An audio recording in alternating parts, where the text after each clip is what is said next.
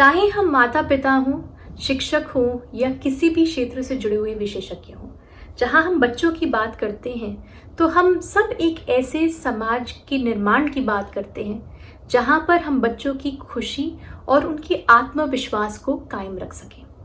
लेकिन फिर भी कई सारे ऐसे फैक्टर्स, चाहे वो लाइफ एक्सपीरियंसेस हों या कोई भी स्ट्रेस फैक्टर्स हों, चैलेंजेस हों बच्चों की ज़िंदगी में, जिसके चलते कहीं ना कहीं वो अपने बचपन को खो देते हैं, उस खुशी को खो देते हैं। तो उन चीज़ों को कैसे हम कायम रख सकें, सबसे पहली चीज़ ज़रूरी है ये समझना कि बच्चों का सबसे सेफ इन्वायरमेंट उनका घर होता है।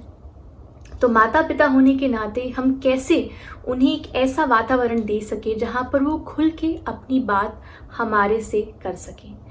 बच्चे समाज से बहुत सारी चीज़ें सीखते हैं और कई बार सिर्फ हिचकिचाहट और डर की वजह से हमारे से दूर हो जाते हैं और गलत संगति में पड़ जाते हैं। हम नहीं समझ पाते कि बच्चे शायद किसी न किसी दिक्कत से, चैलेंज से जूझ रहे हैं। इसलिए माता पिता होने के नाते सेफ इन्वायरमेंट जहाँ वो अपने आप को अपनी बात कर सकें आपसे, क्योंकि आपका रिश्ता एक सबसे महत्वपूर्ण रिश्ता है बच्चे के लिए और उनकी वेलबींग के लिए।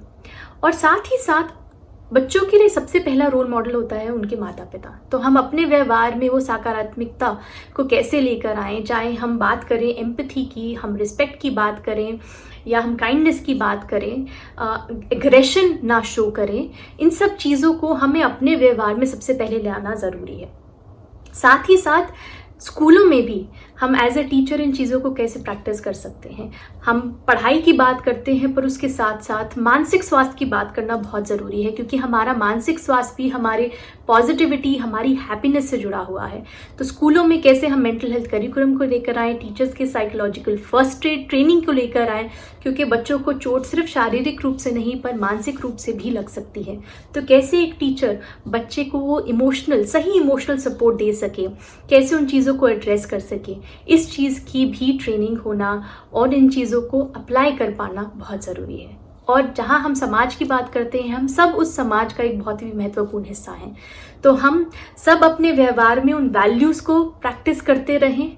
हम लोगों की तरफ वो ह्यूमेन एटीट्यूड, ह्यूमेन बिहेवियर को मेंटेन रखें। Empathy, compassion, altruism, respect, integrity, इन सारी चीज़ों से हमारा समाज बनता है और छोटी छोटी चीज़ों से हम फिर खुशी ढूंढ पाते हैं।